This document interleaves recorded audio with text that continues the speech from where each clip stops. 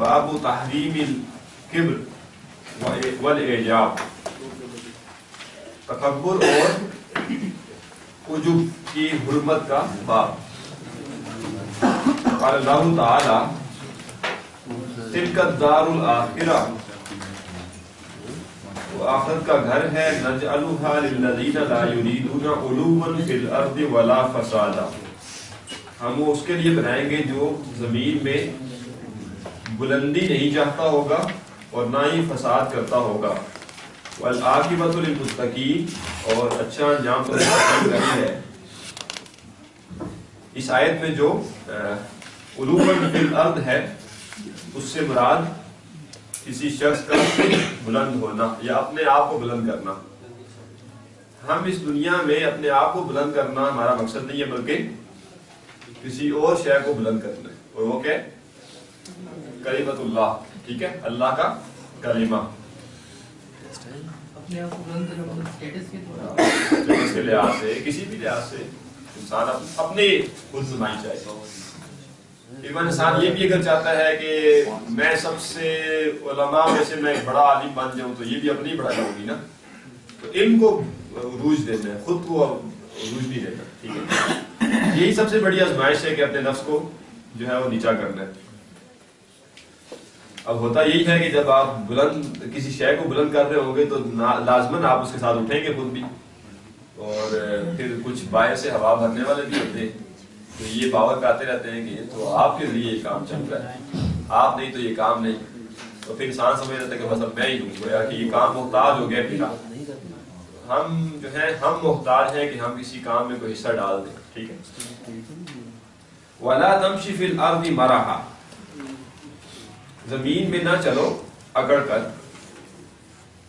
وقال تعالی وَلَا تُصَعِّرْ خَدَّكَ لِلنَّاسِ، اور اپنے گال نہ پھلاؤ لوگوں کے لیے۔ وَلَا تَمْشِ فِي الْأَرْضِ مَرَحًا، اور نہ زمین میں اکڑ کر چلو۔ ان اللہ لا يحب كل مختال فخور، بے شک اللہ نہیں پسند کرتا ہر تکبر کرنے والے کو اور فخر کرنے والے کو۔ تکبر اور فخر میں فرق ہے؟ ایک ہے نا اصل میں تو خیر جو ہے نا، ایک ہے تکبر تو انسان اپنے اندر وہ کرتا ہے نا، اپنے آپ کو بڑا سمجھتا ہے، اسی کا پھر ایک اظہار ہے فخر جتانا کہ یہ اس شے میں بڑا ہوں باقیوں سے، تو جتانا جو ہے وہ فخر ہو گیا۔ تکبر تو سب جھوٹا بھی ہو سکتا ہے، ملتے جلتی چیزیں ہیں نا، مترادف کے قریب بھی چیزیں ہیں نا۔ وقال تعالی، اور تعالی فرمایا اس کے لیے نا ہمیں مصحف لینا پڑے گا۔ ان کے پاس موبائل میں ہے، وہ موبائل میں کھول لیں، کچھ لوگ مصحف لے لیں، سورہ قصص نکال لیں، 28 نمبر سورت ہوگی۔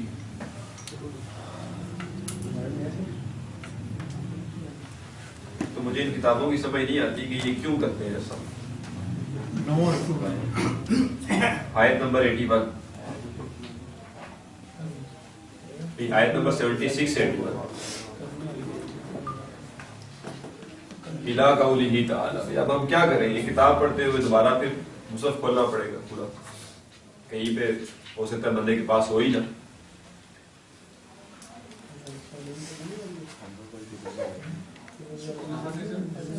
76، ان قارون کان من قوم موسیٰ، بے شک قارون موسیٰ علیہ السلام کی قوم میں سے تھا۔ فبغى علیہم، تو اس نے بغاوت کی یا سرکشی کی انہی کے خلاف۔ وآتیناہ من الکنوز ما ان مفاتیحہ، اور ہم نے اسے دیے تھے خزانے کہ جن کی چابیاں اتنی تھی، تنوء بالعصبۃ اولی القوہ، کہ جو بھاری ہو جاتی تھی ایک قوت والی جماعت کے لیے بھی کہ ان کو اٹھائیں۔ اس قال لہ قومہ، جب اس سے اس کی قوم نے کہا۔ قارون کے بارے میں آتا ہے کہ یہ تھا تو موسیٰ علیہ السلام کی قوم میں سے، لیکن پھر اس نے گویا انہی کے خلاف بغاوت کی یا غداری کی۔ اس سے ہمیں ایک بڑی اہم بات سمجھ آتی ہے کہ جب بھی جن قوموں کو بھی مغلوب بنانا ہوتا ہے تو ان کے اندر کچھ غدار اگر نہ پیدا ہو تو انہیں مغلوب کرنا ذرا مشکل ہو جاتا ہے. ٹھیک ہے, کچھ چیزیں ایسی ہوتی ہیں جو ان کے اندر انہی غداروں کے ذریعے ٹرانسفر ہو سکتی ہیں. ٹھیک ہے, یعنی وہ بلڈ گروپ ہوتا ہے نا, تو ہر قوم کا ایک بلڈ گروپ ہوتا ہے. تو اب اس بلڈ گروپ میں سے کچھ سیمپل لینے ہوتے ہیں انہوں نے, تو اس میں وہ سارے جو ہے جراثیم ڈال کے اس قوم میں انجیکٹ کرتے ہیں واپس. تو ہمارے ہاں بھی غدار رہے ہیں, ہر قوم میں غدار رہے ہیں, ہر دور میں رہے ہیں. تو یہ اس دور کا غدار تھا جو بنی اسرائیل کو محکوم بنانے کے لیے یوز ہوا. اس کے بارے میں آتا ہے کہ ایک بات تو یہ آتی ہے کہ یہ موسیٰ علیہ السلام پر ایمان لایا تھا, اور ایمان لانے کے بعد پھر اس نے اس پوری قوم کے خلاف فرعون کا ساتھ دیا. ایک رائے یہ ہے کہ یہ تورات کا عالم تھا. ٹھیک ہے, جو اس کے پاس وہ صلاحیت تھی وہ یہ تھی کہ یہ تورات کا عالم تھا. دوسری رائے یہ ہے کہ یہ بہت بڑا تاجر تھا, تجارت کرتا تھا. اور تیسرا یہ ہے کہ یہ کیا تھا جی, ہاں طب کا بھی تھا, لیکن ایک اور بھی کانٹریکٹر تھا. یہ بھی آتا ہے کہ موسیٰ علیہ السلام کا کزن بھی تھا. ہاں کزن بھی تھا, خالہ کا بیٹا تھا یا چچا کا بیٹا تھا, اس طرح سے کوئی رشتہ داری بھی تھی اس کی. اور کیا ہو سکتا ہے؟ اتنا خزانہ جو اس کے پاس آ گیا وہ تجارت سے بھی بڑا مشکل ہے. اتنا بڑا تاجر جب فرعون کی زیر وہ نیچے یہ ہو کے تجارت کر رہا ہوگا تو فرعون تو اس کی تجارت غضب کر سکتا ہے نا جی. اور سیکیورٹی ایجنسی کا بھی کوئی ہو سکتا ہے کچھ کہ نہیں, زیادہ کمانے کے لیے تو وہ جو فرعون کی پوری بادشاہت ہے اس کے ساتھ جڑنا ضروری ہے نا. تو گویا اس کا مال زیادہ ہونے کی وجوہات میں سے یہ بھی تھا کہ یہ دو طرح کا کام اس کا تھا کہ ایک طرح ادھر سے فرعون سے لے رہا خوب مال, اور لے کسی رہ کے اس قوم کو محکوم کرنے کے لیے سارا کام میں کروں گا. ٹھیک ہے, ٹھیکیدار ہوتے ہیں نا کچھ جو یہ کام کرتے ہیں, اور دوسرا سے بھی تجارت بھی چل پاتا ہوگا اپنی. تو بہرحال خزانہ بہت زیادہ تھا اس کا, خوب خزانہ جمع کیا تھا اس نے. اس قال لہو قومہ, جب اس سے اس کی قوم نے کہا لا تفرح. فرح کس لیے آتا ہے؟ خوش ہونے کے لیے, اترانے کے لیے آتا ہے. ٹھیک ہے, اصل اس کا لفظی مطلب جو ہے وہ اترانا ہی ہے. نہ اترا, ان اللہ لا یحب الفرحین, اللہ تعالیٰ اترانے والوں کو پسند نہیں کرتا. خوش ہونا اس کا ترجمہ نہیں ہے. قرآن مجید نے ایک ہی شے کے اوپر اترانے کی اجازت دی ہے, وہ کیا ہے؟ قرآن مجید. ٹھیک ہے, اس کے بارے میں یہی مادہ آیا ہے کہ اس کے اوپر تم خوش ہو سکتے ہو. وَابْتَغِي فِيمَا آتَاكَ اللَّهُ الدَّارَ الْآخِرَةَ, اور جو کچھ اللہ نے تجھے دیا ہے اس کے ذریعے آخرت کا گھر تلاش کر. وَلَا تَنْسَ نَصِيبَكَ مِنَ الدُّنْيَا, اور دنیا سے اپنا حصہ نہ بھول. وَأَحْسِنْ كَمَا أَحْسَنَ اللَّهُ إِلَيْكَ, اور لوگوں کے ساتھ اچھا برتاؤ رکھ جیسے اللہ نے تیرے ساتھ اچھا برتاؤ کیا. وَلَا تَبْغِ الْفَسَادَ فِي الْأَرْضِ, اور زمین میں فساد کی تلاش میں نہ رہے یا فساد نہ کر. ان اللہ لا یحب المفسدین, بے شک اللہ تعالیٰ فساد کرنے والوں کو پسند نہیں کرتا. قال انما اوتیتہ علی علم عندی, یہ ہے تکبر. اس نے کہا کہ یہ سب کچھ جو مجھے دیا گیا ہے یہ میرے علم کی بنیاد پہ ہے. یہ لا یحب الفرحین کے بعد آپ کہاں چلے گئے؟ یہی پڑھا اگلا بھی سارا نہیں, یہاں نہیں ہے, اس میں تو نہیں ہے نا, اس لیے میں نے کہا مصحف کھولنا پڑے گا. انہوں نے تو بیچ میں کہہ دیا کہ اس آیت تک چلے جاؤ. ٹھیک ہے, یہ جو اس نے کہا کہ یہ مجھے دیا گیا میرے علم کی وجہ سے, تو یہ کیا ہے؟ تکبر ہے کہ اپنے آپ کو بڑا جاننا ہے نا, حالانکہ یہ اللہ تعالیٰ نے اسے دیا تھا. اولم یعلم ان اللہ قد اہلک من قبلہ, کیا وہ نہیں جانتا کہ بے شک اللہ نے ہلاک کیا اس سے پہلے من القرون, بستیوں میں سے, من هو اشد منہ قوۃ واکثر جمعا, جو اس سے زیادہ تھے قوت میں بھی اور جمع کرنے میں بھی. ولا یسأل عن ذنوبہم المجرمون, اور نہیں پوچھا جائے گا ان سے ان کے گناہوں کے بارے میں مجرموں سے. فخرج علی قومہ, پس وہ نکلا اپنی قوم پر, فی زینتہ, اپنے پورے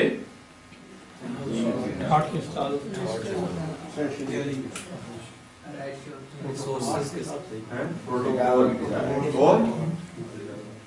ساتھ اور شان و شوکت کوئی مزہ نہیں آ رہا کوئی اور جاؤ جناب کے ساتھ جاہ و جلال اسٹیٹس کریں پرمپرا جی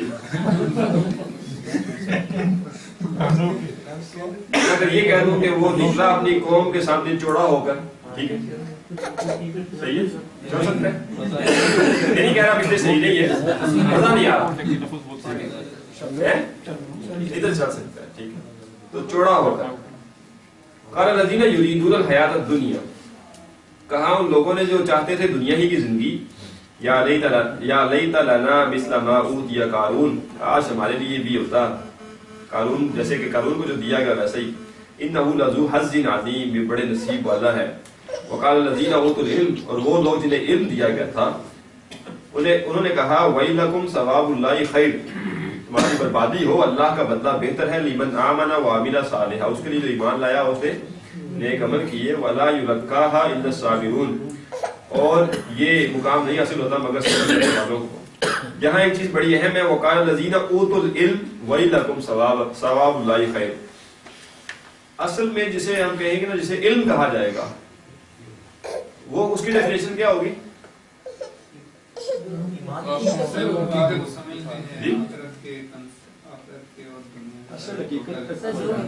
ہاں سچ ڈیفینیشن یہ ہو سکتی ہے کہ جو انسان کو حقیقت کی طرف گامزن کر دے حقیقت سمجھا دے علم وہ ہے ٹھیک ہے نا یہ دینی علم اور دنیاوی علم یہ ٹھیک ہے اپنی جگہ تقسیم ہے لیکن اصل علم جسے کہیں گے وہ ہوگا جو انسان کو حقیقت تک لے جائے ٹھیک ہے نا علم کا مقصد بھی یہی ہوتا ہے کہ انسان جو کام اسے کرنا ہے وہ جان لے کے کیسے کرنا ہے ایک انجینئرنگ کرتا ہے اس لیے کہ جو کام اسے کرنا ہے اس کا طریقہ اسے معلوم ہو جائے تو اصل علم وہ ہے جس سے انسان زندگی جو گزارنی ہے اس نے اس کے بارے میں اسے پتا چل جائے اور حقائق جو اس کی زندگی کے اوپر اثر انداز ہوتے ہیں اس کے بارے میں اسے معلوم ہو جائے تو لہٰذا یہ نہیں کہا گیا کہ جنہیں دین کا علم دیا گیا جنہیں کوئی علم نافع دیا گیا اصل علم تو یہی ہے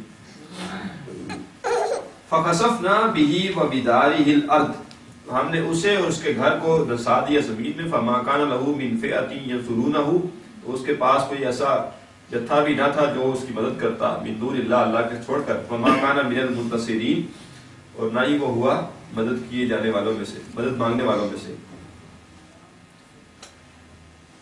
وَأَصْبَحَ بس کافی یہی تک ہاں یہی تک ٹھیک ہے تو پھر آگے ٹھیک ہے اسی سے آگے وہ ایک آیت آ رہی ہے جو اوپر آ چکی ہے تو بہرحال یہاں پہ انہوں نے قارون کا تذکرہ کیا کہ اس نے تکبر کیا تھا اور تکبر کا نتیجہ کیا نکلا فَخَسَفْنَا بِهِ وَبِدَارِهِ الْأَرْضِ کہ ہم نے اسے دنسا دیا زمین میں اس کو اس کے گھر کو بیسیکلی تکبر کے بارے میں آگے حدیث بھی ایک آ رہی ہے یہ گراف ہے یہ مارکر خراب ہے ٹھیک ہے انسان کو جو کہا گیا وہ یہ ہے کہ وہ اس گراف پہ چلے اب جو انسان اپنے تئیں اس گراف سے اوپر اٹھ رہا ہوتا ہے تو اصلاً وہ کیا ہو رہا ہوتا ہے جیسے پانی کے قریب میں شخص کھڑا ہو نا تو سایہ نیچے بھی نظر آ رہا ہوتا ہے اس کا ٹھیک ہے تو اصل میں وہ نیچے جا رہا ہوتا ہے اللہ تعالیٰ نے ایک لمٹ رکھی ہے شخص کے لیے کہ اس تک اگر وہ تکبر کرتا ہے تو اسے پھر بھی چھوڑ دیا جاتا ہے لیکن ایک لمٹ جب وہ کراس کر دیتا ہے تو پھر اس کا یہ جو نیچے کی طرف جانا ہے یہ اسے دکھا دیا جاتا ہے حقیقت میں بھی کہ تم کہاں جا رہے تھے تو جو شخص تکبر کر رہا ہے اصل میں وہ زمین میں نیچے گڑتا چلا جا رہا ہے ایک خاص لمٹ تک گہرائی ہے جہاں سے وہ واپس آ سکتا ہے جب وہ اس گہرائی کو کراس کر جاتا ہے تو اللہ تعالیٰ اسے واقعتاً دھنسا دیتا ہے زمین میں ٹھیک ہے آگے حدیث بھی آ رہی ہے فزیکل اس وقت دھنسا دیا آگے حدیث بھی آ رہی لہذا انسان کو بچنا چاہیے کہ تکبر جو ہے وہ ایسی شے ہے کہ واقعتاً انسان زمین میں دھنس سکتا ہے ٹھیک ہے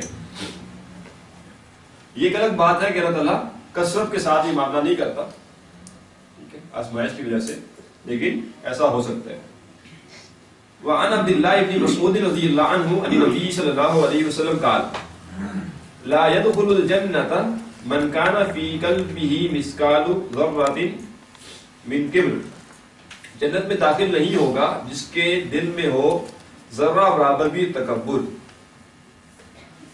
دخل يدخل کے بارے میں ایک نوٹ کر لیں بات کہ اس کے بعد مفعول، کبھی مفعول آتا ہے اور کبھی فی کے ساتھ جر میں چلا جاتا ہے.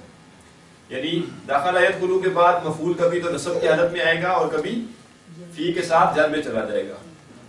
اس کے لیے قاعدہ یہ ہے کہ اگر جس چیز میں داخل ہونے کا ذکر ہے وہ حقیقتاً داخل ہونے کی شے ہو تو پھر مفعول ڈائریکٹ آتا ہے، حرف جار کی ضرورت نہیں ہوتی. لیکن اگر وہ مفعول جو ہے وہ حقیقتاً داخل ہونے کی جگہ نہ ہو بلکہ مانن ہو، جیسے دل میں داخل ہونا. اب دل میں حقیقتاً تو نہیں کوئی شے داخل ہوتی نا اس سے، ٹھیک ہے، کہ جی تم میرے دل میں، ٹھیک ہے، میرے دل میں بڑی جگہ ہے، تو یہ آپ یعنی مجازی ہے، ٹھیک ہے، مگر نہ وہ کوئی پلاٹ شرٹ نہیں دے سکتا وہاں پہ 5-7 بندے کا، اندر جگہ کوئی نہیں ہے، مجازی ہے. تو جب یہ حقیقتاً آتا ہے تو ڈائریکٹ اس کا مفعول آ جاتا ہے، اور جب یہ مجازن آتا ہے تو پھر فی کے ساتھ آئے گا. ٹھیک ہے، تو یہاں کیا ہے، لا يدخل الجنۃ، اس لیے کہ جنت میں جنت حقیقی داخل ہونے کی جگہ ہے. فقال رجل، تو ایک شخص نے کہا، ان الرجل يحب ان يكون ثوبه حسنا، ایک شخص پسند کرتا ہے کہ اس کے کپڑے اچھے ہوں، ونعله حسنة، اور اس کے جوتے جو ہیں وہ بھی اچھے ہوں. اچھے کہیں گے، مہنگے نہیں کہیں گے، اور نہ ہی برانڈیڈ کہیں گے. ٹھیک ہے، یہ ذہن میں رکھیں، یہ نہ ہو کہ اس حسن کو پڑھ کے پھر وہ برانڈیڈ چیزیں دوبارہ بندہ لینا شروع کر دے. اچھے سے کیا مراد ہے، حسن سے کیا مراد ہے؟ وہ حدیث ذہن میں لے کہ ان اللہ کتب الاحسان علی کل شیء، اللہ نے ہر شے پر احسان فرض کیا ہے. فَإِذَا قَتَلْتُمْ فَأَحْسِنُوا الْقَتْلَ وَإِذَا ذَبَحْتُمْ فَأَحْسِنُوا الذِّبْحَ. جی وہی مادہ ہے نا، وہی مادہ یہاں پہ بھی آ ہے. جی کیا ترجمہ کریں گے؟ آپ کہیں گے ایک ہی حدیث آئی تھی تو انہوں نے اس کو موڑ کے کہیں اور لے گئے. جی کیا ڈیفینیشن کریں گے حسن کی؟ جی جو کام آپ کرنا ہے اس کی جو ضرورت جو بہترین طریقے سے پوری ہو سکتی ہے وہ طریقہ اختیار کیا جائے. اب جوتا آپ نے لینا ہے تو جوتے کے مقاصد کیا ہوتے ہیں پہننے کے؟ پاؤں آپ کا جو ہے وہ جب آپ نے چلنا ہے تو کمفرٹیبل ہو، یہ نہ ہو ٹھیک ہے، کمفرٹیبل ہو آپ کی جو ہے پاؤں، اس سے درد نہ کرنے شروع کر دیں. ایسے ہی وہ موسم کے جو معاملہ ہے اس کو بھی، اس میں گرمی ہے تو بند جوتے نہ ہو اور سردی ہے تو کھلے ہوئے نہ ہو. ٹھیک ہے، تو اس طرح سے جو چیزیں ریکوائرمنٹ ہے وہ جس جوتے میں پوری ہو رہی ہے وہ حسن کہلائے گا. اور ایک ہے کہ انسان جو ہے وہ خام کا ٹوٹا ہوا جوتا پہن رہا ہے عجیب وجہ سے. ٹھیک ہے، تو یہ معاملہ ہے. یہ نہیں ہے کہ جتنے مہنگے مرضی لے لو. جی دیکھیں حدیث میں تو آیا ہے حسن ہونا چاہیے. تو حسن کا حسن ایک اصطلاح ہے قرآن مجید کی مستقل. مہنگی کیوں نہ لیے جائے، اگر ہے پیسے تو خرچ کیوں نہ لیے جائے؟ ہاں اس لیے کہ وہ جو ہزاروں لاکھوں کروڑوں لوگ بیٹھے ہوئے ہیں جن کے پاس کچھ بھی نہیں ہے ان کو دے دینا. وہ حدیث میں کیا آیا کہ صحابہ کہتے ہیں ہم نے تو یہ سمجھا کہ ہمارے لیے تو اضافی مال میں حق ہی کوئی نہیں ہے، پوری کرو. تو ضرورت پوری کرنا مقصود ہے، عیاشی کرنا تو نہیں ہے. عیاشی تو جنت میں، ٹھیک ہے، عیاشی کا مقام ہے ہی جنت. لیکن سر جو آپ نے سسٹم بتائی ہے جوتے کی کمفرٹیبل ہو اور سارا کچھ ہو وہ تو پوری کرنی ہے نا، اس میں کوئی مذائقہ نہیں. باقی کمفرٹیبل ایسا نہ ہو کہ خود ہی چلا لے، چلانا پڑے. کمفرٹیبل کا بھی کوئی. جی جو حدیث میں آگے الفاظ ہے کہ ان اللہ، یعنی اللہ خوبصورت ہے اور اس کو خوبصورت چیزیں پسند ہیں. اس سے یہ بھی پتہ چلتا ہے کہ وہ شاید اگرچہ کہ آپ کی ضرورت پوری کر رہی ہو لیکن وہ خوبصورت بھی ہو تو اس میں کوئی مسئلہ نہیں ہے. ٹھیک ہے، یعنی خوبصورت ہونا اپنی جگہ اور مہنگا ہونا دوسری شے ہے. ٹھیک ہے. اچھا پھر یہ جو جمال بھی آگے آیا نا تو اس کا مطلب بھی صرف ظاہری خوبصورت ہونا نہیں ہوتا. ٹھیک ہے.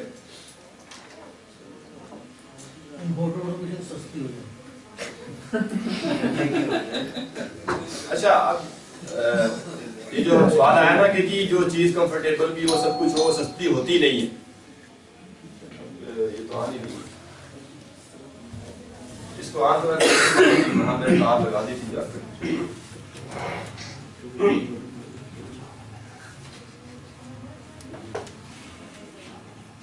ادھر سے آدمی ہوگا بھی 8 بج گئے نا تو اس کو یو پی ایس میں لگا، یو پی ایس میں لگا دوسرے بول میں 8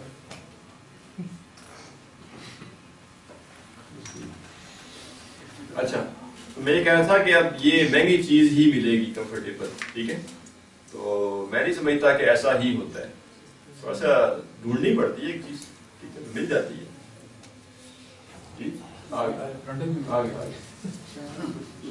جی لکھا کچھ بھی نہیں ہوا، بل یہی سب ویسے ایک کہاوت بھی ہے، وہ ہے بھی سچی کہ سستا روئے بار بار مہنگا روئے اگر آپ دیکھیں کہ برانڈیڈ چیزیں ہمارا کہیں اور چلا جائے گا، میرے میں یہ گفتگو پہلے ہوئی ہے جی جماعت کی اقدار کریں. دیکھیں ایک مثال سے سمجھیں، اس چیز کو سمجھنے کے لیے مثال ذہن میں رکھیں. میں نے گھر بنایا، اس گھر میں مجھے ایک دروازہ لگانا ہے. میرے پاس 3 آپشن ہیں.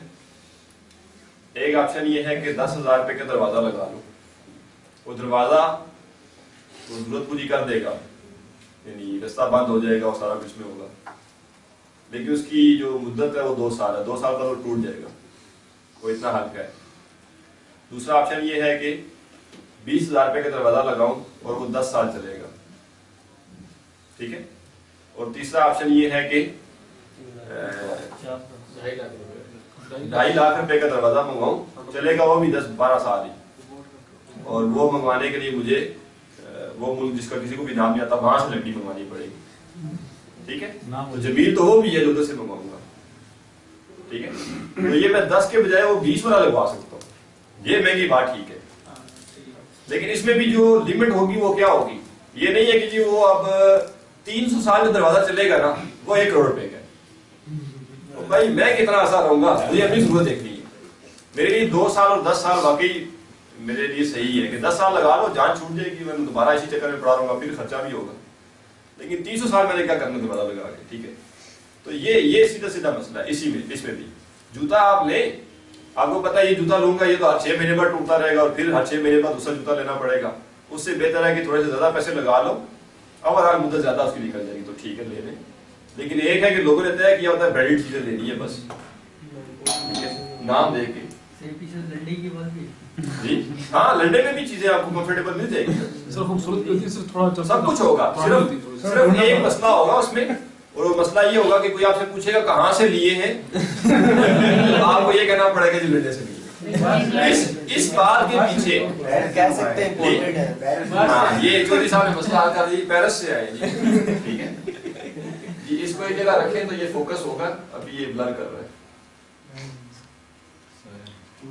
نہیں جی فوکس نہیں ہو رہا. اب کلیئر ہو گیا. آپ رکھ دیں.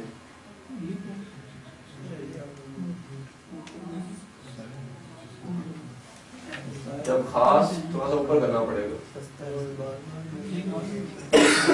خاص طور پر شادی بیاہ کا معاملہ ہو تو حسن اور جمال والی احادیث کوٹ کی جاتی ہے. اس ریفرنس میں حسن اور جمال کی وضاحت درکار ہے. جی میں نے وضاحت کر دی، ٹھیک ہے، کہ ایسا حسن مراد نہیں ہے کہ جو حسن کے پیچھے پیسے لگائے جائیں. یہ ہے کہ آپ نے جو شے لے لی ہے اس میں سے آپ ظاہری شکل و صورت اس کی اچھی اگر چیز کی تو کوئی مذائقہ نہیں ہے اس میں. ان اللہ جمیل یحب الجمال، بے شک اللہ تعالیٰ جمیل ہے اور وہ جمال کو پسند کرتا ہے. وَأَن سَلَمَةَ سر ایک لائن اچھا ہاں الکبر بطر الحق. تکبر کیا ہے؟ آپ نے فرمایا کہ یہ تکبر نہیں ہے، ٹھیک ہے. اچھا نظر آنا یا یوں کہیں کہ جو اپنے ظاہر کو صحیح رکھنا جو ہے یہ تکبر نہیں ہے، ٹھیک ہے. رہبانیت اختیار کرنا اور وہ جو گندے رہ کے جو ہے وہ نیکی کا تصور جو ہے کہ جی ناپاک انسان ہے اور وہ 20 سال سے بال نہیں دھوئے ہوئے تو اب یہ بڑا جو ہے وہ، اور یہ اس زمانے میں بھی تھا، آج بھی ہے، موجود ہے یہ تصور. اس کی نفی کی ہے یہ کہ نہیں اللہ تعالیٰ جمال کو پسند کرتا ہے. اس کو آپ آسانی سے سمجھ لیں جو اسلام میں طہارت کے احکامات ہے اس سے. اسلام یہ نہیں چاہتا کہ عاجزی اس طرح کی اختیار کی جائے کہ جسم ہی گندا ہو انسان کا، ٹھیک ہے. عاجزی جو ہے اصل میں وہ دل کا معاملہ ہے، ٹھیک ہے. البتہ اس کا یہ مطلب نہیں ہے کہ باہر سے خوب اللہ تعالیٰ میں اڑاؤ. وہ تو یوں کہہ سکتے ہیں آپ کہ یہ حسن اور جمیل یا جمال جو ہے اس کو آپ نے وہ اسراف اور تبذیر کے نیچے ہی رکھنا پڑے گا، ٹھیک ہے. تو کیا جن چیزوں میں اسراف اور تبذیر ہوتی ہے وہ حسین تو وہ بھی ہوگی، تو میں یہ نہیں کہ جس میں بھی حسن ہو گیا آپ کو جائز ہوگی. ٹھیک ہے جی، بس آگے چلیں. باقی یہ ہے کہ میں اگر ساری زندگی بھی لگا رہا ہوں سمجھانے میں تو سمجھ نہیں آتی، مانا سمجھ آنے والا ہے نہیں، ٹھیک ہے نا، سمجھ آنے والا ہے نہیں. پیچھے ہم پورے واہ پڑھ کے آ گئے بھائی ضرورتوں کے علاوہ پیسے نہ خرچ کرو، ٹھیک ہے. ٹوٹیلٹی دیکھنا ہے، یہ کوئی ایک چیز کو لے کے نہیں دیکھنا. وعن سلمة ابن الأكوع رضي الله عنه أن رجلا أكل عند رسول الله صلى الله عليه وسلم بشماله فقال قل بيمينك قال لا أستطيع قال لا استطعت ما منعه إلا الكبر. ایک شخص نے رسول اللہ وسلم کے سامنے بائیں ہاتھ سے کھایا تو آپ نے اسے کہا دائیں ہاتھ سے کھاؤ، تو اس نے کہا میں نہیں کھا سکتا، اور یہ جو اس نے کہا تھا تکبر کی وجہ سے کہا تھا، ٹھیک ہے. تو آپ نے فرمایا کہ تم نہ ہی کھا سکو، یعنی تم اپنا دایاں ہاتھ اپنے منہ تک نہ ہی لا سکو. ما منعه الا الكبر، اسے دائیں ہاتھ سے کھانے میں منع نہیں کیا تھا مگر تکبر نے، میری مرضی، منافق تھا. قال فما رفعها الى فيه، تو صحابہ کہتے ہیں کہ اس کے بعد اس کا دایاں ہاتھ اس کے منہ تک کبھی بھی نہیں گیا، اس میں یہ صلاحیت ہی باقی نہیں رہی. ٹھیک ہے، تو یہ کیا ہے، تکبر ایک ایسی شے ہے کہ اس سے جب انسان نیچے گڑ رہا ہوتا ہے زمین میں، ایک لمٹ اس کی ہوتی ہے، اس سے آگے تکبر کر لیا جائے تو وہ ظاہر ہو جاتا ہے.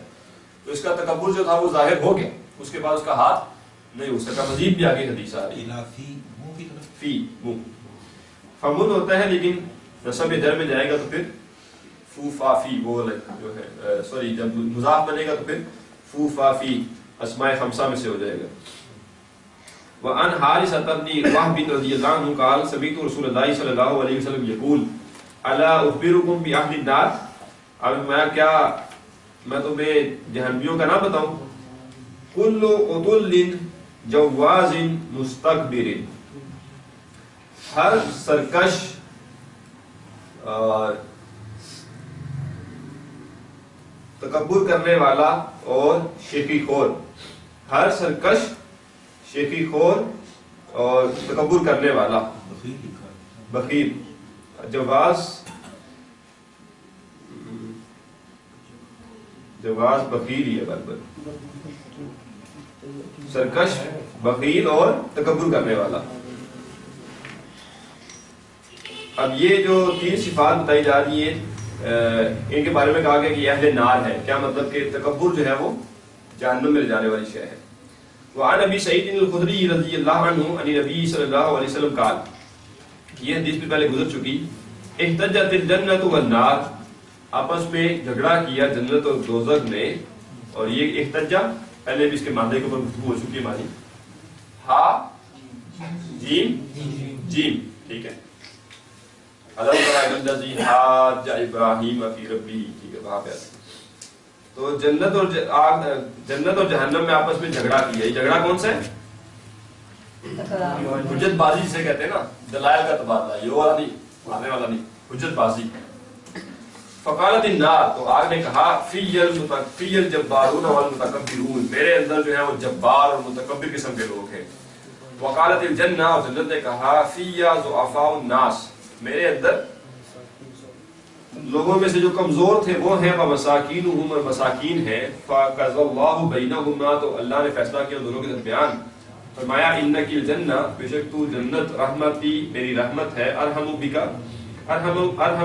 من اشاء، میں رحم کروں گا تیرے ذریعے جس پر میں چاہوں گا. وانک النار، اور بے شک تو جہنم، عذابی، میرا عذاب ہے. اعذب بک من اشاء، میں عذاب دوں گا تیرے ذریعے جسے چاہوں گا.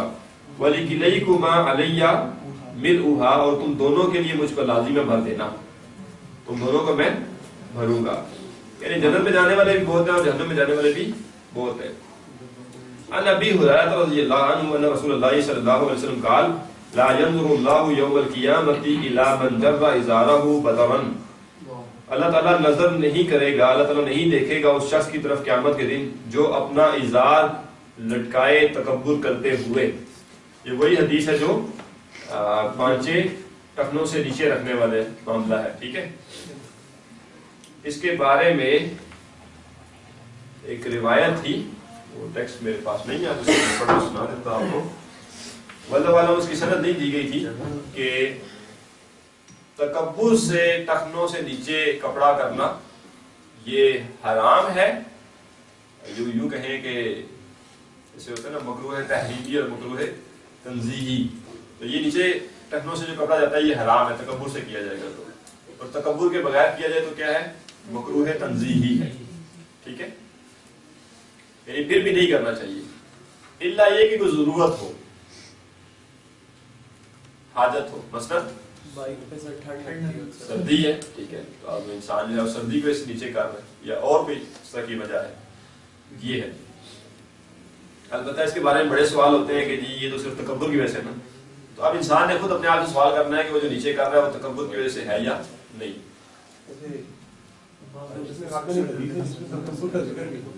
اس میں تو ذکر آ گیا نہیں, لیکن یہ ایسی شے ہے نہیں اصلاً کہ جس کا مطلقاً جو ہے وہ حرام ہونا ہو, اس لیے کہ تکبر کی علامت تھی جس کی وجہ سے اسے منع کیا گیا. اور یہاں پہ بھی جس باب میں آ رہی ہے تکبر کے باب میں آ رہی ہے, تو تکبر کی علامت تھی. باقی اگر کوئی ایسا جیسے میں نے پہلے کہا کہ سردی کی وجہ سے بھی کرتا ہے پھر تو کوئی مسئلہ نہیں. کچھ لوگ اس کو ایسے ایکسپلین کرتے ہیں, وہ کہتے ہیں جو بھی نیچے کرتے ہیں وہ کوئی جو کہتا ہے نا کہ میں تکبر سے نہیں کر رہا, یہ بھی تکبر ہی ہے. یہ بات ٹھیک ہے نا کہ جو کر رہا ہے نیچے وہ جانتا ہے تکبر ہے کہ نہیں, میں نہیں طے کروں گا یا دوسرا نہیں طے کرے گا. اب ایک بندہ سردی میں سے نیچے کر رہا ہے اور میں کہوں نہیں چونکہ تم نے کہہ دیا ہے تو تم تکبر کر رہے ہو. بھائی یہ اللہ نے طے کرنا ہے کون تکبر کر رہا ہے کون نہیں. مجھے اپنے بارے میں دیکھنا ہے کہ میں اگر نیچے کرتا ہوں تو وہ تکبر کی وجہ سے ہے یا نہیں ہے. اس لیے کہ ہمیں حدیث اور بھی ملتی ہے کہ تو بکر صدیق نے آگے پوچھا بھی تھا کہ میرا بھی یہ معاملہ ہے کہ میں نہیں رکھ سکتا اوپر, وہ ہو جاتا ہے. تو آپ نے کہا کہ نہیں تم ان لوگوں میں سے نہیں ہو. کیا مطلب کہ یہ مطلقاً نہیں ہے سب کے لیے. مطلقاً ہوتا تو آپ انہیں بھی کہتے کہ نہیں بھائی یہ اوپر کیا کرو اس کو لازمی. آپ نے کہا تم ان لوگوں میں سے نہیں ہو, یعنی یہ تکبر والا نہیں ہے, وہ ایک خاص تکبر کا معاملہ ہے. اور آج بھی یہ تکبر ہے, یعنی تکبر یہی ہے کہ آج خواتین کا اگر یہ نیچے ہو ٹخنوں سے تو ان کے لیے مسئلہ ہے, ٹھیک ہے, وہ اوپر ہونے چاہیے, اور مردوں کے لیے یہ نیچے ہونے چاہیے. یہ زمانے کا وہ ہے ٹرینڈ ہے. تو جو زمانے کے ٹرینڈ کے خلاف جاتا ہے تو مولوی کا اس کے اوپر لیبل لگے گا. تو لہذا مولوی کے لیبل سے بچنے کے لیے انسان نیچے کر رہا تو تکبر کر رہا ہے. یعنی وہ اپنے آپ کو کوئی شے بلند سمجھ رہا ہے اور ماشاء اسے نیچے کا لقب دیتا ہے, وہ کہتا نہیں میں ادھر نہیں میں ادھر ہی ہوں, لہذا لوگوں کی وجہ سے میں اوپر کر رہا ہوں, تو تکبر ہے ہی. باقی میں نے اسی لیے کہہ دیا کہ کسی کو ان چیزوں کا پتہ ہی نہیں ہے تو تکبر سے نہیں کرا تو ٹھیک ہے, وہ اس میں سے آؤٹ ہے. لیکن اکثر و بیشتر یہ تکبر ہی ہے, ٹھیک ہے. یعنی خاص طور پہ شہروں کا تو یعنی پینٹ شرٹ جو پہننے والے لوگ ہیں ان کے لیے تو پکا ہے, وہ اگر اوپر کر لے پانچے تو دفتر میں نہیں جا سکتے, اور جائیں گے تو تانا دیے بغیر واپس نہیں ان کو کدھر بھیجے گا. لازمی لوگ کہیں گے ہاں جی مولوی ہو گئے ہو, پانچے دیکھتے جو ہے نا وہ. تو یہ مسئلہ تو ہے سر. اس میں کچھ لوگ جو ہے نا ایک اور بات بھی کرتے ہیں, وہ کہتے ہیں اگر آپ نے اوپر کیا تو کہتے ہیں اچھا کپڑے تھوڑے سے, یہ تو ملامت ہے نا. ہاں وہ بالکل وہ ہے نا یہ شو کر رہے ہوتے ہیں کہ یعنی کہ تمہارے پاس تو کپڑے کم تھے, یعنی کہ کپڑا کم تھا لہٰذا تم نے جو ہے نا کیا ہے ملامت. یہی تو ہے کہ لوگوں کی ملامت سے جو ہے وہ لگائے ہوئے ہیں نا, تو میرے پاس زیادہ لوگوں کی ملامت کی پرواہ نہیں کرنی چاہیے, ٹھیک ہے. اور پھر اس میں ایک وہ تشدد والا معاملہ بھی ہے, پھر اتنے اوپر کرنے ہیں کہ یہ بھی ایک ہے. بعض لوگ نماز جب اوپر کر دیتے ہیں, بعض کے بعد نیچے کر دیتے ہیں. یہ بدعات ہیں مولویوں کی ساری. صرف نماز کے لیے ٹوپی پہننا اور صرف نماز کے وقت پانچے اوپر کرنا, یہ بدعات ہیں. یہ دونوں چیزیں مستقل ہیں. سارے کسی ڈھانکنا ہے تو اس کا نماز سے کوئی خصوصی تعلق نہیں ہے, اور پانچے جو اوپر رکھنے ہیں اس کا نماز سے خصوصی تعلق نہیں ہے, یہ مستقل ہے, ٹھیک ہے. سر اس میں کچھ لوگ مطلب پڑھا بھی ہے شاید اور سنا بھی ہے کہ جو ٹھیک ہے ویسے تو ہے غلط, لیکن نماز کے وقت اگر کسی کے ٹکنوں سے نیچے ہیں تو اس کی نماز نہیں ہوتی. یہ کسی فقہ میں نہیں ہے, کسی فقہ میں اس کی نماز کی قبولیت کی شرائط میں سے نہیں ہے. دراصل وہ اس لیے کہتے ہیں ایک ضعیف روایت ہے. جی ضعیف روایت ہے جس میں الفاظ ہے. کون سے؟ یہ کہ نماز جس کی نماز میں ٹخنوں سے نیچے ہو گیا تو کافی سخت وعید اس کو سنائی گئی. وہ ضعیف روایت پر مبنی وہ بات کہتے ہیں. تو ضعیف ہو گئی نا. ہاں قاری صاحب تو بتاتے ہیں کہ پانچ کے ٹخنوں سے اوپر کر لیں. اصل میں یہ مسئلہ وہ روایت کا نہیں ہے, مسئلہ کچھ اور ہے. یہ ایک سولوشن دیا گیا عوام کو ہر شے کا نا, کہ بھائی تم نہیں کرنا چاہتے تو نہ کرو, کوئی مسئلہ نہیں ہے. اس کا سولوشن یہ کہ مسجد میں آگے کر لیا کرو.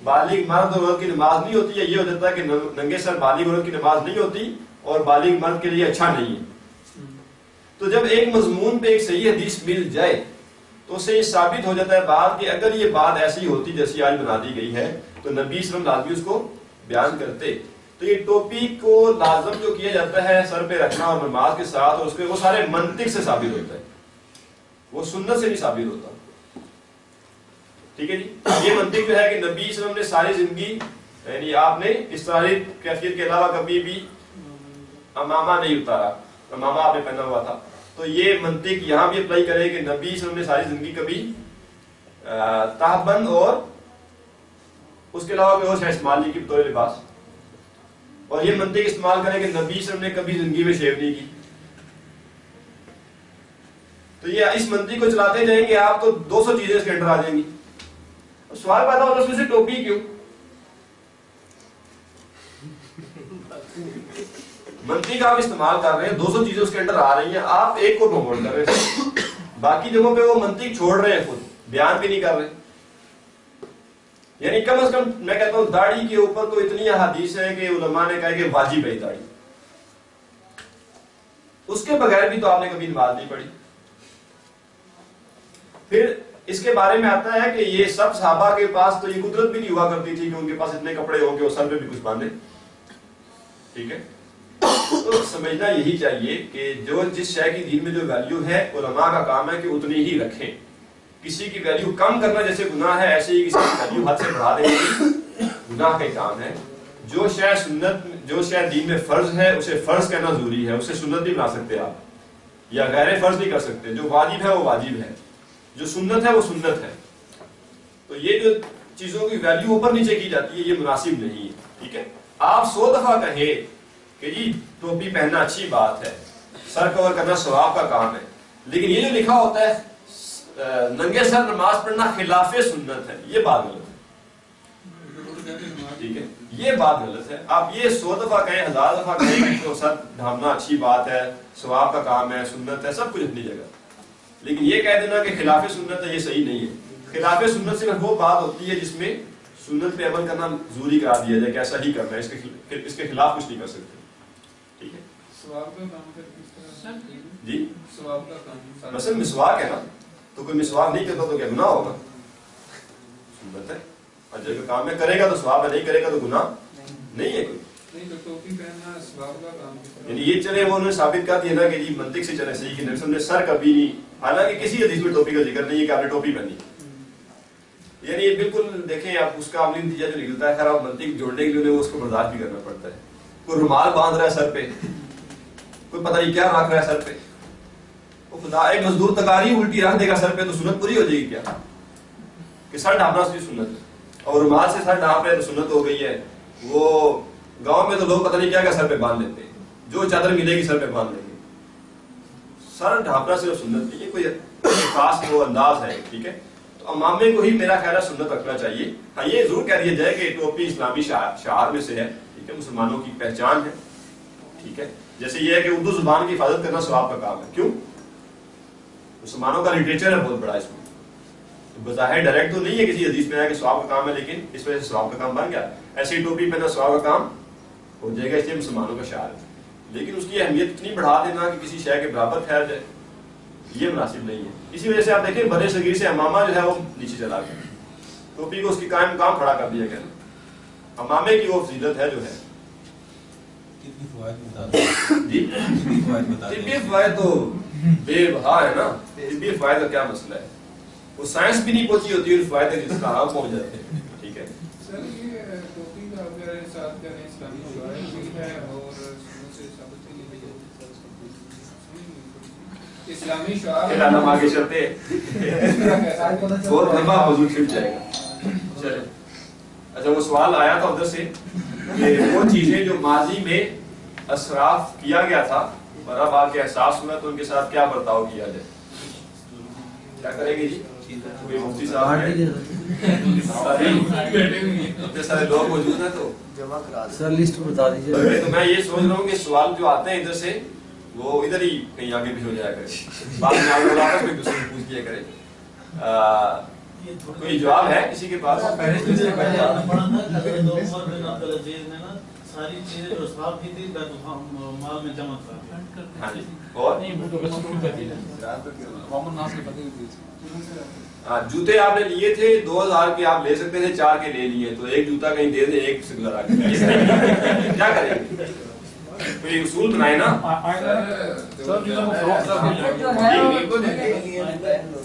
فروخت کر کے پیسوں کا کوئی فروخت کر کے ان پیسوں کا یہ 8000 روپے کے تھے، آپ 300 کے نکلیں گے.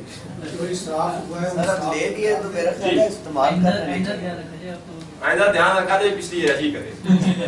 جی جتنا اس کو تو استعمال کریں، جتنا ایکسٹرا خرچ ہوا تھا اتنا صدقہ کر دیں. ہاں اس کو استعمال کریں اور جو اسراف کیا تھا اس کو صدقہ کر دیں. جی اور بات کی رائے رہے گی سر. بات پوری ہو جائے گی ایسے. الحمدللہ آپ لوگ سمجھدار ہیں. سمجھ رکھیں ان سے عبرت حاصل ہوگی. جی کہہ رہے ان کو رکھیں عبرت حاصل ہوگی. فریم رکھ کے تم دیوار پہ ٹانگ دے. جی عزیز بھائی کی بات زیادہ تزکیے والی ہے. اور اسراف جو بھی بات کر رہے تھے، جو اسراف ابھی اگر چیزیں ہیں جیسے اسراف ہو یا تو ان کو دے دیں، باقی جو ضرورت ہے بس یہی جو ہے نا بہترین ہے. ہاں اصل سے یہ ہے کرنے کا جو کام ہے کہ ماضی میں جو چیزوں جن چیزوں میں بھی اسراف ہوا وہ مختلف قسموں کی ہوگی. کچھ چیزیں ایسی ہوں گی کہ وہ اسراف اس وقت ہو چکا، اب وہ چیزیں اس کی ویلیو اسراف والی نہیں رہی. مثلا جوتے آپ نے لیے تھے 10,000 کے بھی لے لیے تھے، اب وہ کسی کام کے نہیں ہیں. اس طرح سے آپ بیچیں گے تو وہ شاید کم از کم بھی جو مارکیٹ میں جوتا ملتا ہے اس سے بھی سستے ہو گئے، تو کوئی ضرورت نہیں ہے ان کو بیچنے کی. ان کو استعمال انسان کرے، ٹھیک ہے، اور آگے مستقبل میں جو ہے اس سے پرہیز کرے.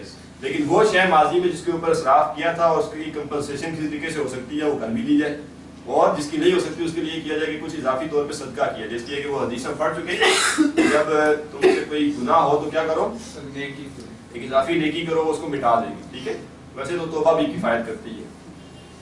چلے اتنا زیادہ ہے نہیں، اس لحاظ سے پریشانی والا معاملہ نہیں ہے، بس کوشش کی جائے اللہ کا معاملہ جو ہے وہ صحیح ہو جائے. عنہ رضی اللہ عنہ قال قال رسول اللہ صلی اللہ علیہ وسلم ثلاثۃ لا یکلمهم اللہ یوم القیامہ، 3 لوگ ایسے ہوں گے اللہ ان سے قیامت کے دن کلام بھی نہ کرے گا، ولا یزکیہم اور نہ انہیں پاک کرے گا، ولا ینظر الیہم اور نہ ان کی طرف دیکھے گا، ولہم عذاب علیم اور ان کے لیے دردناک عذاب ہے.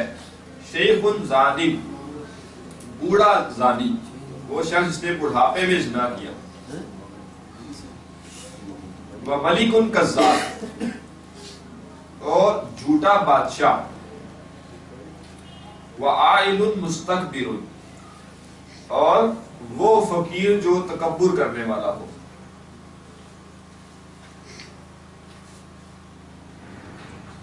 ٹھیک ہے جی، 3 لوگ ہیں یہ، اور اس میں یہاں جو استدلال کر رہے ہیں یہ تکبر سے ہے. وعن رضی اللہ عنہ قال قال رسول اللہ صلی اللہ علیہ وسلم قال اللہ عز وجل، اللہ تعالیٰ نے فرمایا، حدیث قدسی ہے، العز ازاری والکبریاء ردائی، عزت میرا پہناوا ہے اور تکبر میری چادر ہے. اللہ تعالیٰ نے فرمایا کہ عزت میرا پہناوا ہے اور تکبر میری چادر ہے. فمن ینازعنی فی واحد منہما، نزع کیا ہوتا ہے؟ کھینچنا. نزع کا وقت بھی ہوتا ہے نا، بھوک کھینچی جا رہی ہو، تو جو کھینچے گا مجھ سے ان دونوں میں سے کوئی ایک شے، فقد عذبتہ، تو میں اسے عذاب دوں گا. اصل میں عزت بھی اللہ ہی کے لیے ہے اور بڑائی بھی اصل میں اللہ ہی کے لیے ہے. انسان اس میں شریک نہیں ہو سکتا. ٹھیک ہے، انسان کے لیے جو ہے وہ عاجزی ہے اور تواضع ہے. ہاں اللہ کی عزت کے اندر وہ اس کے نیچے آ کے اس کی عزت ہو تو وہ صحیح ہے. یعنی وہ شخص جو اس طرح عزت حاصل کرے جیسے اللہ تعالیٰ اسے عزت دیتا ہے تو یہ صحیح ہے. کیا مطلب؟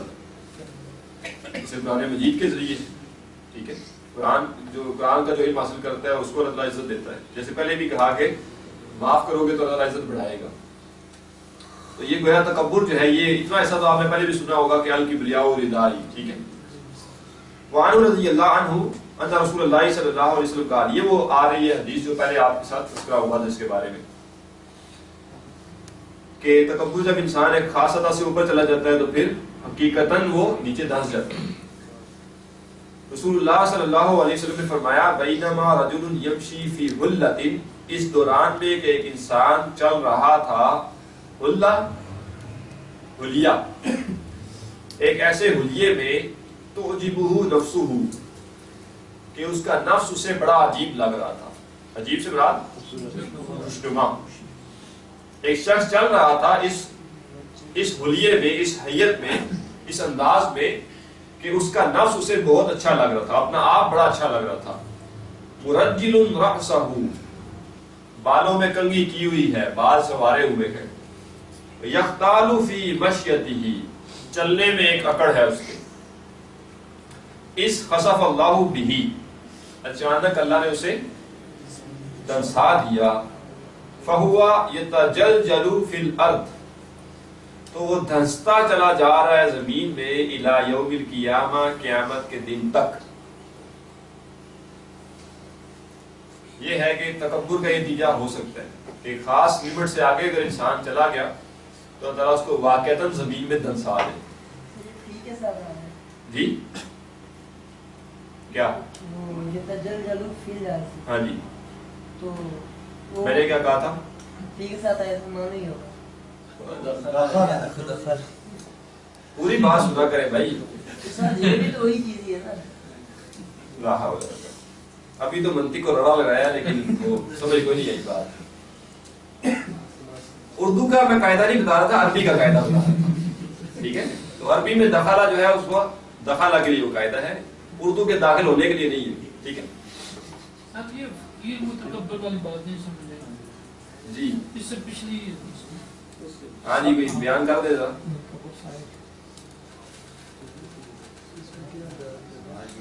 فقیر متکبر،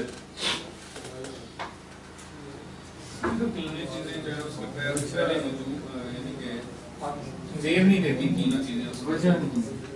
ہاں ایک کامن بنیاد تینوں میں مل رہی ہے نا، وہ یہ کہ زیب نہیں دیتی. زیب نہ دینے سے کیا مراد ہے؟ باقی زیب دیتی، یعنی کہ جیسے نا پہلا ہے کہ بوڑھا زانی.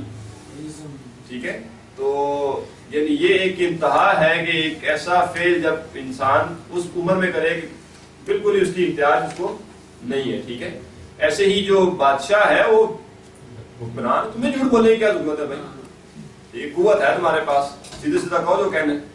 ایسے ہی وہ فقیر جو ہے تو اس کے پاس کچھ نہیں، پھر بھی خام خواہ تکبر کر رہا ہے. ٹھیک ہے، کسی کے پاس کچھ تھا تو اس نے تکبر کیا تو چلو وہ ایک بنیاد ہوتی ہے اس کے پاس. ٹھیک ہے، جسے کہتے ہیں نا ہوا میں اڑنا، ہے ہی کچھ نہیں اور پھر بھی انسان جو ہے وہ ہوا میں اڑ رہا ہے.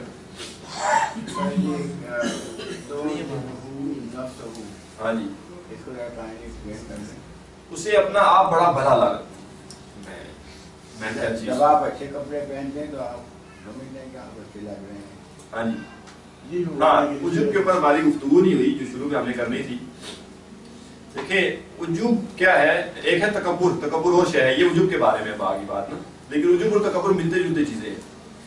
عجب یہ ہے کہ انسان کو اپنا آپ بھلا لگے. ٹھیک ہے، اب یہ تو ایک جنرل مسئلہ ہے کہ اپنا آپ بھلا لگتا ہے، تو پھر اس کا مطلب تو یہ کہ ہر شخص عجب کا شکار ہے. جی، تو عجب کو کیسے ڈیفرینشیٹ کریں گے پھر آپ؟ انسان کو اپنے اندر جو خوبی معلوم ہو، اگر وہ اسے اللہ کی طرف منسوب کر دے تو عجب نہیں ہے، اور اگر وہ اسے اپنی طرف منسوب کر دے تو عجب ہو گیا. یہ مسئلہ.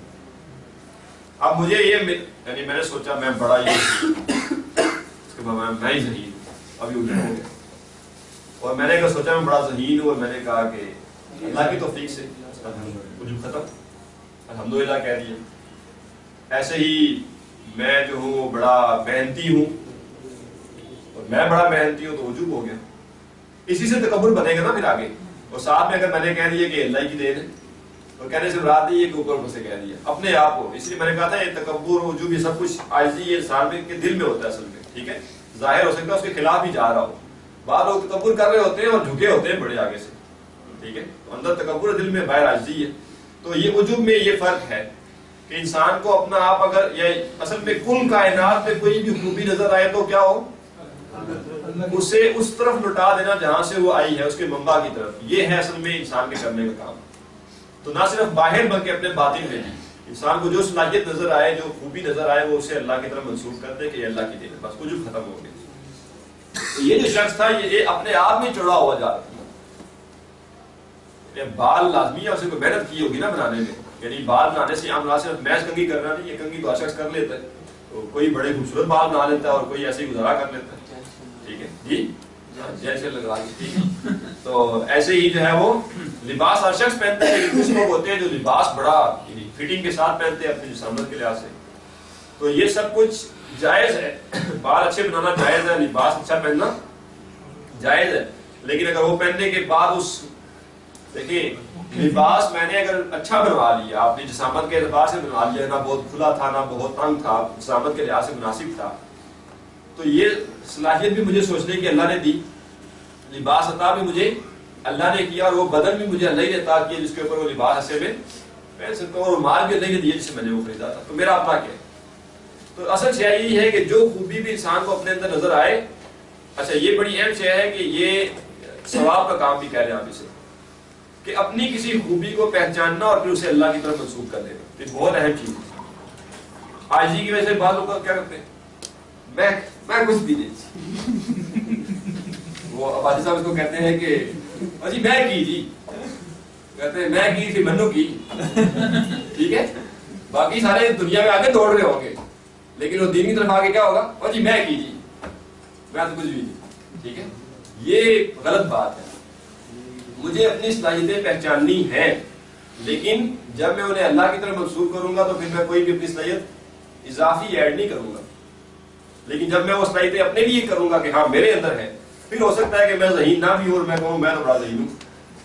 ٹھیک ہے، تو اصل شے یہی ہے کہ انسان اپنی خوبیاں پہچانے، اور جب کوئی شخص اپنی کسی خوبی کو پہچان کے، اپنی کسی صفت کو پہچان کے اللہ کی طرف منسوخ کرتا ہے کہ اس نے دی ہے، یہ اس کی توفیق ہے، تو عین ثواب کا کام ہے. تو خودی کی پہچان بڑی اہم شے ہے. ٹھیک ہے، لیکن وہ تکبر میں اتارا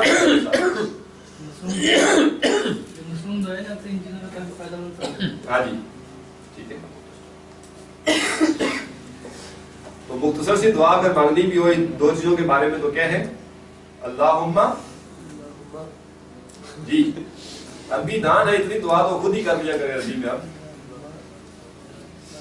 نہ اعوذ بکا یا اعوذ بکا من الکبر والعجب.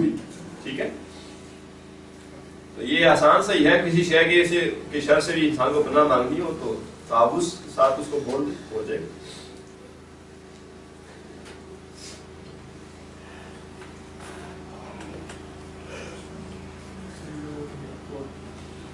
ان سلمۃ ابن الاکوع رضی اللہ عنہ قال قال رسول اللہ صلی اللہ علیہ وسلم لا یزال الرجل یذهب بنفسه. انسان اپنے نفس کے ساتھ چلتا رہتا ہے، یہ انسان اپنے نفس کو بڑھاتا رہتا ہے یعنی تکبر میں، حتی یکتب فی الجبارین، یہاں تک کہ وہ اتنا تکبر کر لیتا ہے کہ جبارین میں لکھ دیا جاتا ہے. یہ میں نے جو پہلے بات کہی تھی نا کہ ایک خاص لمٹ ہے جس کے اندر انسان تکبر کر کے رجوع کر سکتا ہے، اس سے تکبر انکریز کر گیا تو رجوع ختم ہو گیا. تو یہ ہے کہ انسان تکبر کرتا رہتا ہے تو ایک خاص سٹیج پہ آ کے پھر وہ جبارین میں لکھ دیا جاتا ہے، گویا ریٹرن پوائنٹ کوئی نہیں ہے.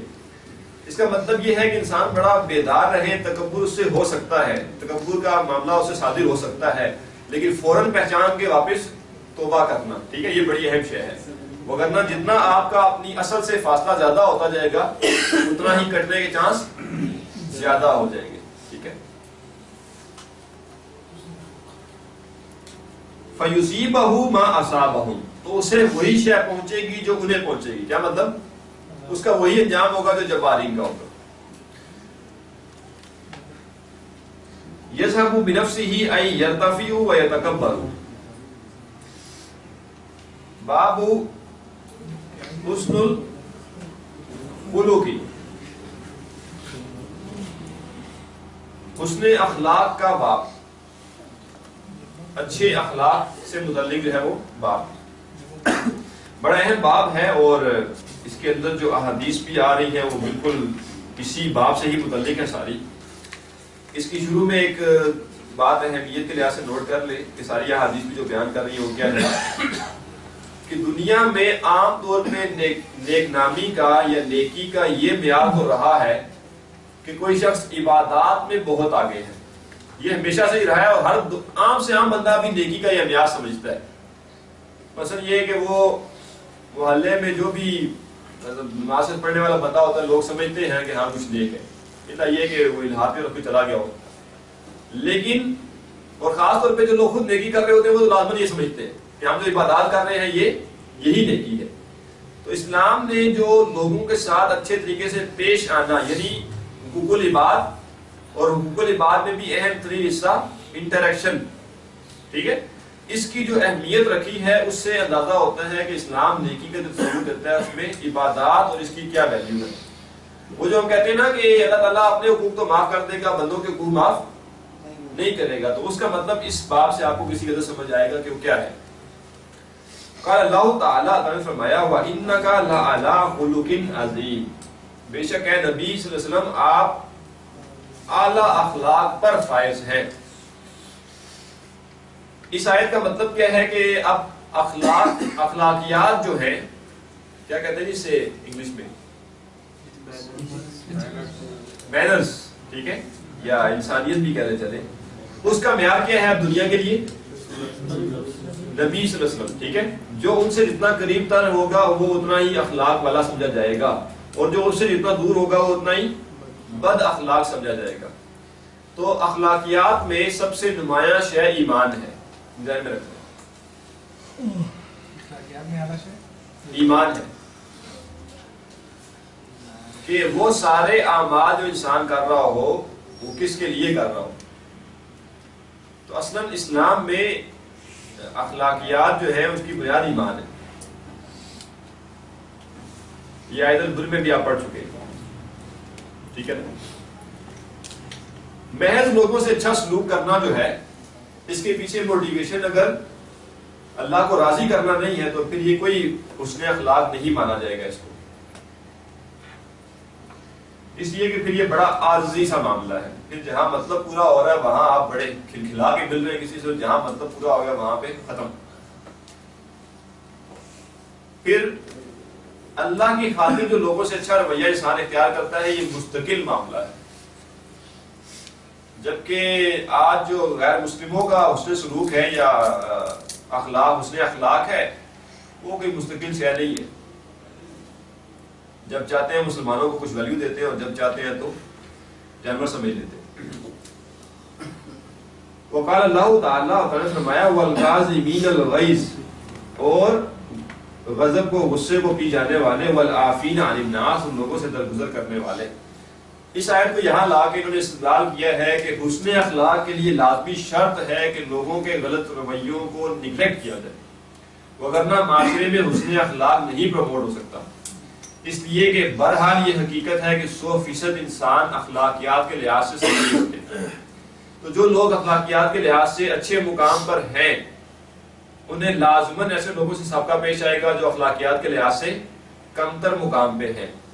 تو اگر وہ ان کے ریئیکشن میں آ کے اپنا مقام نیچے کر لیں گے تو انسانیت کا اخلاق نیچے آ جائے گا, ٹھیک ہے. تو انسانیت کا اخلاق بلند کرنے کے لیے کیا کرنا پڑے گا کہ جن کے اندر اچھے اخلاق ہیں وہ یہ بھی اپنے اندر ایک صفت پیدا کریں کہ دوسروں کے برے اخلاق کے نتیجے میں کوئی غلط ریئیکشن نہیں کریں گے, ٹھیک ہے. تو وگرنہ ہوتا شکوہ کیا سب کو دوسروں سے. آپ کسی انسان سے پوچھیں گے یار تم ادھر یہ کچرا کیوں پھینک رہے, وہ کیا کہے گا نہیں میری مرضی تو ہے, وہ بہت ہی کوئی ادھر گئی ہو تو تبھی کہے گا. کیا کہے گا باقی پھینکتے, میرے نہ پھینکنے سے کیا ہوگا. یہ ایسے ہی بات آپ کسی سے پوچھیں گے یہ کام کیوں کر رہے ہو تو کہے گا فلاں نے یوں کیا تھا, ٹھیک ہے. میں کیوں اس کے ساتھ ایک ہی کروں. میرے ایک استاد تھے غالباً کیمسٹری کے, میٹرک میں, غالباً اس لیے کہہ رہا ہوں کہ میرا پچھلا ماضی بہت وہ کمزور ہے, یادداشت بھول جاتا ہوں, 1 سال 2 سال پیچھے کی باتیں بھول جاتا ہوں. یہ تو 8-10 سال پہلے کی بات ہے. تو یہ نہیں پتا انہوں نے کیا پڑھایا تھا. لوگ پوچھتے ہیں اسلامی مسلم میں آپ نے کن اساتذہ سے پڑھا تھا, تو میں سوچتا ہوں نام یاد نہیں رہتا. بہرحال تو وہ ہمیں تعلیم دے رہے تھے ایک دن, تو کہتے ہیں کہ میرے باپ نے میرے لیے ایک سائیکل بھی نہیں چھوڑی، تو میں کیوں اپنے بچوں کے لیے کچھ کروں؟ ریئیکشن، باپ نے جو کام کیا پہلے تو یہ طے کریں کہ صحیح تھا یا غلط تھا. خود ان کا انداز بتا رہا ہے کہ وہ غلط تھا، دکھی ہو کے بتا رہے ہیں کہ باپ نے میرے لیے سائیکل بھی نہیں چھوڑی، تو خود کیا کہہ رہے ہیں کہ وہی جو باپ نے غلط کام کیا وہ میں اپنے بچوں کے ساتھ بھی کروں گا. یہ بات ہے، مسئلہ المیہ ہے کہ کسی نے برے اخلاق سے پیش آیا کوئی، تو اس کی وجہ سے میں بھی برے اخلاق سے پیش آؤں گا. اچھائی لینی چاہیے، دوسروں سے برائی تو نہیں لینی چاہیے. تو جو لوگ برائی ایکسیپٹ کرتے ہیں دوسروں سے، تو معاشرے ہی برا ہوتا جائے گا سارا، اس کا گراف نیچے آئے گا. لہٰذا یہ آیت شروع میں آ گئی کہ غصے کو پی جانا اور لوگوں سے درگزر کرنا یہ ناگزیر ہے اچھے اخلاق کے لیے. کسی نے گالی دی، آپ بدلے میں گالی دیں گے تو کیا ہوگا؟ اخلاق بہتر ہوگے معاشرے کے. ہاں، یہ کسی نے گالی دی آپ خاموش نہیں ہو سکتے، اگلی دفعہ وہ جا کے نہ گالی دے کسی، غلط تو میں ہی تھا. وعن انس رضی اللہ عنہ قال قال رسول اللہ صلی اللہ علیہ وسلم احسن الناس خلقا، کہ رسول اللہ صلی اللہ علیہ وسلم انسانوں کے ساتھ، انسانوں میں سے بہترین اخلاق والے تھے. وعنہ رضی اللہ عنہ قال، انہی صحابی سے مروی حضرت انس سے، وہ کہتے ہیں ما مسست دیبادا ولا حریرا. دیباد اور حریر جو ہے یہ ریشم کی اقسام ہیں. وہ کہتے ہیں میں نے نہیں چھوا کبھی ریشم الینا من کف رسول اللہ صلی اللہ علیہ وسلم، جو زیادہ نرم ہو رسول اللہ صلی اللہ علیہ وسلم کی ہتھیلی سے. میں نے رسول اللہ کی ہتھیلی سے زیادہ کبھی کوئی ریشم بھی نرم نہیں چھوا. ولا شممت رائحۃ قط اطیب من رائحۃ رسول اللہ صلی اللہ علیہ وسلم، اور نہ ہی میں نے کوئی خوشبو سونگھی ہے جو زیادہ پاکیزہ ہو رسول اللہ صلی اللہ علیہ وسلم کی خوشبو سے. رسول اللہ صلی اللہ علیہ وسلم کی خوشبو سے مراد یہ نہیں کہ جو آپ خوشبو لگاتے تھے وہ والی نہیں، بلکہ آپ کی جو اپنی نیچرل جو ہے وہ ہر کسی کی ہے وہ اس سے. وَلَقَدْ خَدَمْتُ رسول اللہ صلی اللہ علیہ وسلم 10 سنین، اور میں نے رسول اللہ صلی اللہ علیہ وسلم کی 10 سال خدمت کی. فما قال لی قط، تو آپ نے کبھی مجھے نہیں کہا اف، آپ نے کبھی مجھے اف تک نہیں کہا. ولا قال لشیء فعلته، اور نہ ہی جو کچھ میں نے کیا اس کے بارے میں کبھی آپ نے کہا لما فعلته، تو نے یہ کیوں کیا. ولا لشیء لم افعله، اور نہ ہی کسی چیز کے بارے میں جو میں نے نہیں کی کہا ہو الا فعلت کذا، تو نے ایسا کیوں نہیں کیا. ٹھیک ہے، یعنی آپ کا معاملہ کیا تھا جی؟ خلاصہ کیا ہے اس حدیث کا جی؟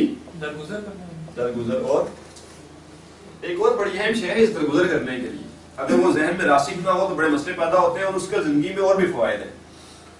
جو آپ دوسروں سے ایکسپیکٹ کرتے ہیں نا، جب یہ زیادہ ہو جاتا ہے پھر مسئلہ پیدا ہوتا ہے.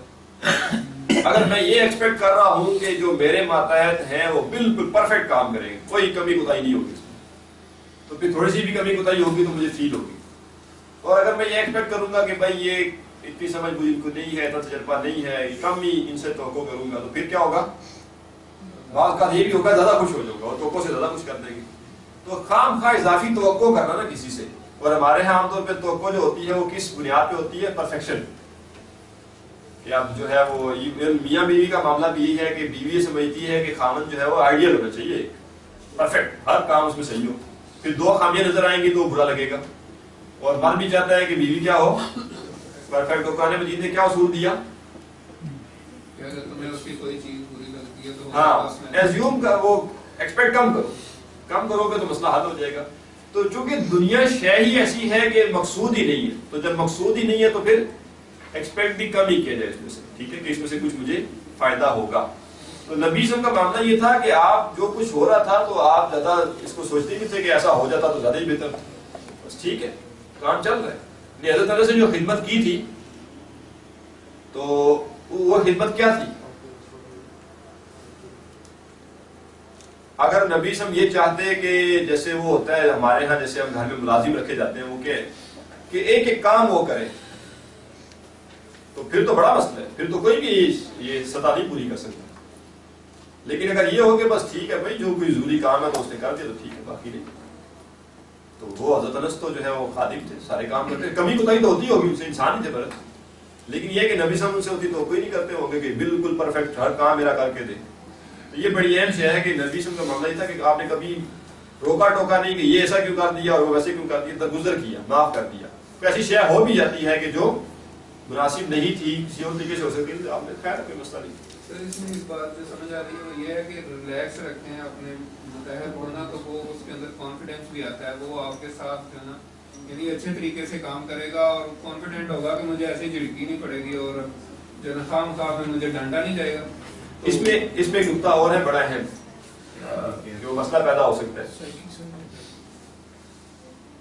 جو انسان جس کے ماتحت کوئی ہے, اگر وہ جو اپنا اخلاق ہے اس کے اندر ٹرانسفر کرے گا تو پھر بڑا معاملہ اور ہوگا. اور اگر آپ کے اندر تو کوئی اخلاق نہیں ہے اور آپ جو ماتحت اس سے اخلاقیات جو ہیں وہ آپ تقاضا کر رہے ہیں, پھر اور مسئلہ ہے. ہمارے یہاں یہ مسئلہ پیدا ہو گیا نا کہ تعلق بڑا محدود سا ہوا کرتا ہے لوگوں کا. یعنی ایک دفتر میں ایک شخص آ رہا ہے تو ان کا تعلق دفتری ہوگا, ذاتی شاید اتنا نہیں رہتا. تو پھر یہ مسئلے پیش آتے ہیں کہ ماتحت کو معاف کرنا اور ہی نقصان دہ ثابت ہو جاتا ہے. ٹھیک ہے, تو اسلام تو چاہتا ہے جہاں بھی لوگوں کا انٹریکشن ہو رہا ہے ان کا ذاتی تعلق ڈیولپ ہو جائے, آپس میں ایک دوسرے کو قریبی طور پہ جانتے ہو. آگے